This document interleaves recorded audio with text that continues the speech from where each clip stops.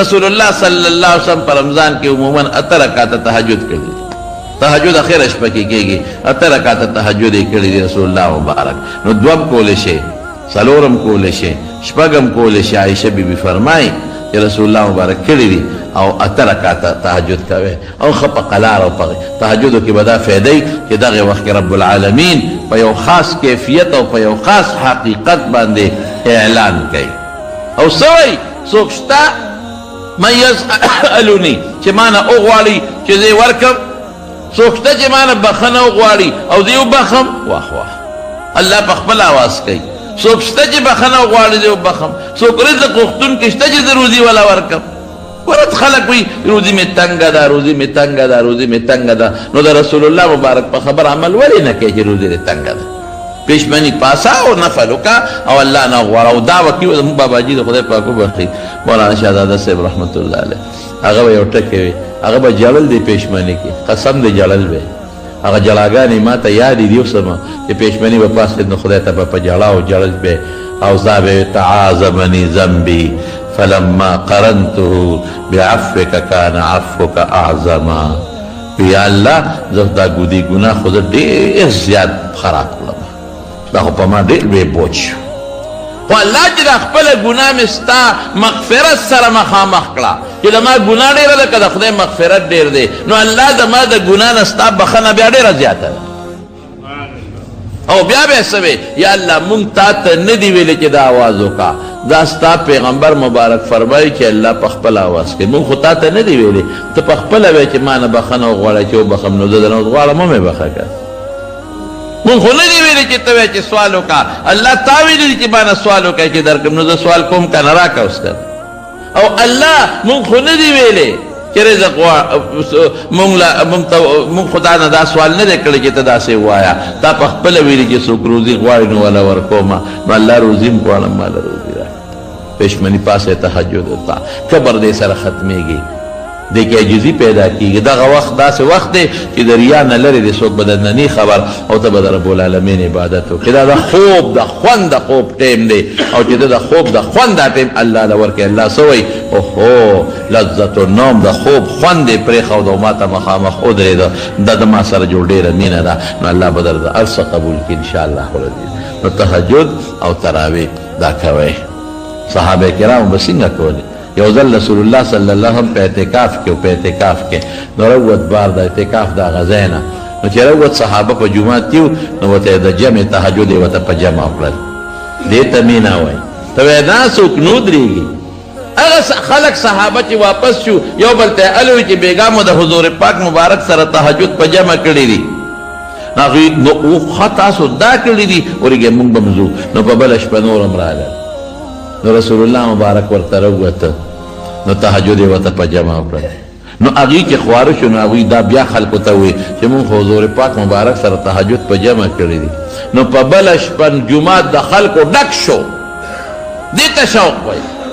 او هور نبی علیہ السلام سره تاسو تهجد په جمع کړي دي ورګې مونږ هم کوو جومات به کمل ډک نو په بله شپه رسول الله مبارک رانووته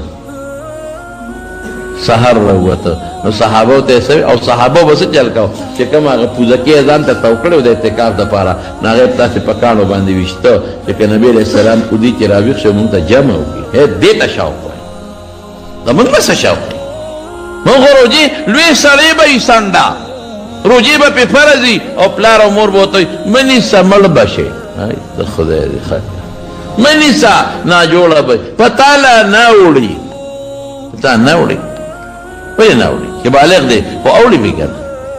صحابه به څه چل کوو دا واړه ماشومان دا پوټیني ماشومان چې دا روجې پې فرض نه دي د روجې په غاړه ملا نه تېر ډېر ماشومان دي دي ته به یې روجې نیسئ نو چې داسې غرمه به شوه نو په جړه به شو ماشومان خو جاړي اوږي شي تږي شي نو د لوبو څیزونه به ورته مخې ته کېښودل چې دا ماشوم په لوبو کې ماښام ته به یې وخورسئ ماښامه پورې به یې په لوبو مشغولول او روجې ته به یې رسول په روجه څوک نه مري یو سړی بیمار دی هغه به راته انشاءالله که مقابله جمعه کې به راته ووایم چې چاله چې یو سړی ډاکټر دونه به راته وي چې مسلمان ډاکټر هغه مسلمان ډاکټر چې په خپله روجې نیسي ګورې هغه مسلمان ډاکټر چې په خپله روجې نیسي چې هغه درته وایي ته بیمار یې روجې مه نیسه نو بیا خیر باید سړی د شوګر دونه خطرناک بیماری چې د هغه د شوګر لیول لاندې نه پاتې کېږي، برقرار نه پاتې کېږي، هغه بیا د مرګ خطر د بې هوشۍ خطر او ډاکټر ورته یې مه نیسه. خیر دی ټیک ده نه دی نیسي، دی به څه کوي؟ نو بله جمعه کې به راته دې تفصیلات کې خیر انشاءالله وي. بعد د شوګر بیماری او خروجي نه وي شي،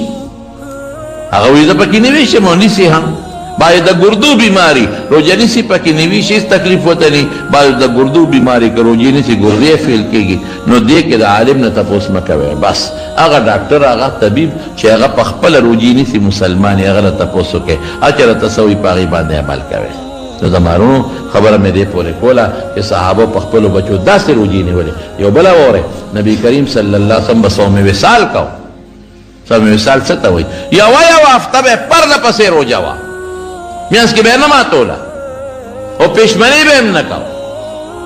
نن به یې روجه کړه، غونډه به یو شان روانه وه، یوه هفته درې ورځې، اووه ورځې یو شان به روجه وه. اخره کې به یې ماته کړه، نه به یې ماښام ماتوله، نه به یې پېشمني کو، نه به یې د شپې خوراک کو. خوراک نسکاک نه د خواهشاتو نه به یې مکمل ځان ساته. نو صحابو چې دې ته وکتل، الله رسوله مونږ ته هم اجازت راکړه چې مونږ هم داسې چل شروع کړو. وی تاسو به نه کوئ. کان رسول الله صلی الله علیه وسلم هغه به صوم کو، روجې به یې نیسې د وصال، او صحابو به یې منع کړل ینهی عن الوصال. صحابو ته به یې ویل چې تاسو به نه کوئ. لیکن د صحابو مینه څونه وه؟ واوره اوس هغوی الله رسوله انک تواصلو، ته چې وصال کې په مونږ یې ولې منع کې؟ وی انما یطعمني ربي ویسقیني، ما له خدای پاک خوراک او اوبه راکوي. څه مطلب؟ زما وجود کې الله پاک هغه طاقت پیدا کوي. د دې درې څلور توجیحات دي د حدیثو چې زما د خوراک ضرورت نه راځي، نه مې د اوبو ضرورت راځي، ما له خدای راکوي. او تاسو به نه کوئ، تاسو به روجې ماښام به خامخا به ماتوئ. د هغې د پاسه به صحابو دا خیال وکړه چې دا رسول الله مبارک چې مونږ منع کوي دا تشریعي منع نه ده، دا اسې په مونږ باندې یریږي او مونږ سره مینه ده، نو ځکه راته وایي چې داسې مه کوه. بیا به یې تپوسونه کول چې صاحب مونږ کولی شو او مونږ له اجازت راکړه.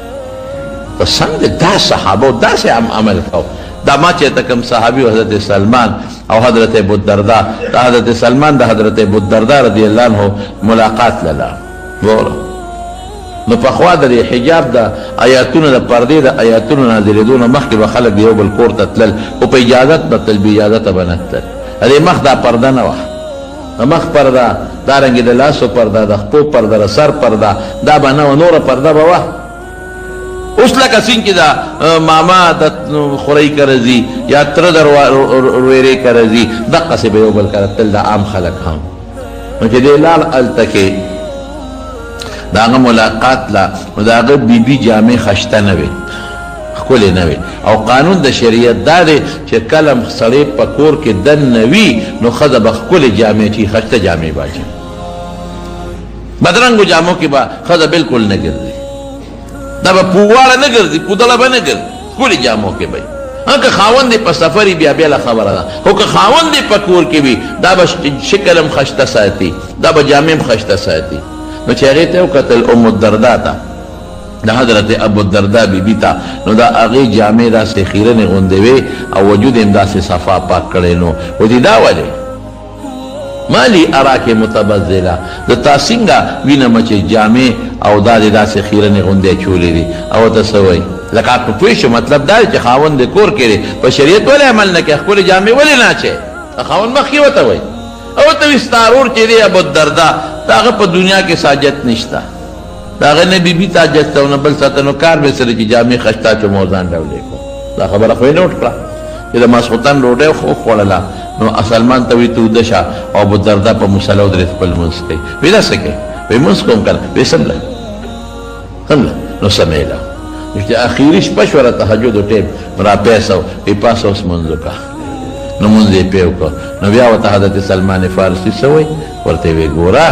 ان لنفسک علیک حقا، ستا د وجود پتا حق دی، نو خوب به ورکې. ان لعینک علیک حقا، سترګو در باندې حق دی وده کې به. ان لزورک علیک حقا، د ملاقاتي در باندې حق دی، روټۍ به ورسره خورې. ان لزوجک علیک حقا، د خپلې بیبي در باندې حق دی. آت کل ذی حق حقه، هر حقدار له خپل حق ورکړه. دا څه کوې؟ بیبي سره ملاویگا دا خو شریعت ته ثواب دی پکې د شپې خوب هم کوه هغه به څه چل کوو د ورځې روژه او د شپې منځونه د ورځې روژه او د شپې منځونه دې ته شوق وایي سار دواړه لاړل رسول الله صلی الله علیه وسلم لا حضور پاک ته یې الوي هغه وی صدقه سلمان چې څه ویلي دي بلکل یې تدرس ویلي دي په ښځې در باندې حق دی د شپې هغې هم ټیم ورکوه د سترګو او د وجود در باندې حق دی نو خوب هم ورکوه او روجی می او شان منیسا قسم په خدای صحابه براتل بیا رته قسمیان ویم د رسول الله صلی الله علیه وسلم به تاسو کو الله رسول مونږ ټول عمر روجی نیسو او نیوي شوې نه وکړي ټول عمر به روجی نه نیسي بیا به صحابه وی سنگ بکو رسول الله مبارک فرمایل دور ورځې کوجه کې بلکې لاول وته سوی وی دا شوري روجی نیسي او هر میاش کې درې روجی نیسي عاشورې روجه او هر میاشت کې درې اسلامي میاشت دیارلسمه څوارلسمه پنځلسمه داسې شوه لکه چې ټول عمر روجې ونیولې وی نه صاحب نیوي شو وی ښه د ګل هم نیسي او د پنجشنبه د زیارت هم نیسي پیر جمعرات د هغې هم نیسي وی نه صاحب زیات نیوي شو بعضې صحابه به وی وی ښه دوه ورځې کوجه او یو ورځ روجه نه زیات نیوي شو وی ښه یو ورځ روجه او یو ورځ کوجه دې ته صیام داودي وی داود علیه السلام به دقسې روجې نیولې د دې نه بهترې وی نشته د دې د پاسه یو صحابي سوال وکړو زه د دې نه ښې نیوې شم مال اجازت را وی ښه د دوه ورځې روجې نیسه یو ورځ کوجه کوه دې ته شوق وایي یاد وساتئ زما وروڼو دوه خبرې درته کوم دوه یو دا چې ستا یو معشوقي او هغه معشوق تا ته وایي په دې نور ودرېږه رښتیا وایې ته په هغه نور ستړی کېږي نه چرې به هم نه ستړی کېږي چې ستا د خوښې یو کار د خوښې کار څه دی زه دې اوس په لنډه باندې پوه کړم دغه دی د وړو ټرک راغی او د کنټرول وړه دي څونه ساعت ورته په پلین کې ولاړې که نه پاسپورټ چې جوړی څونه ساعت پلین ولاړې شناختي کارت چې جوړی په نور هم څونه ساعت ولاړې ولې او تنګېږې م نه اشي سره دې مینه ده نو مونځ سره دې مینه نشته که مونځ سره دې مینه وه نو په شوق بیا دې مانځه ته ولاړ دی جنت سراسه وی بالا خدای جنت او مال خدای جنت مینا نشته که مینا دیوا نو شوق سره بیا مانده ته ولاړ وي او دویمه وره دویمه سره دویمه دا چې موږ ناجوړه یو خفه کېږم چې کوم سړی بیماري او دا خولې ترخی تبی وي نو که هغه له فرني م ورکوي نو دا راباندې ترخه لګي هلکه ته دا حلوا وخوره لرې که ترخه لګي ته دا غوښه وخوره لرې که ترخه لګي نو فرني او حلوات خوږه ده ترخه نه ده خو د وجود کې فرق دی او چې کله د ته به ښه شي او خولې برابر شي ته کېده ورته یو پلیټ حلوا ته کېده چې پته راته وسولېږي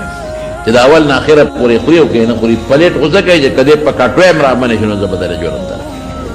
ولې دې ټیک دی نو وروڼو خفه کېږئ مه موږ روحاني طور مریضان یو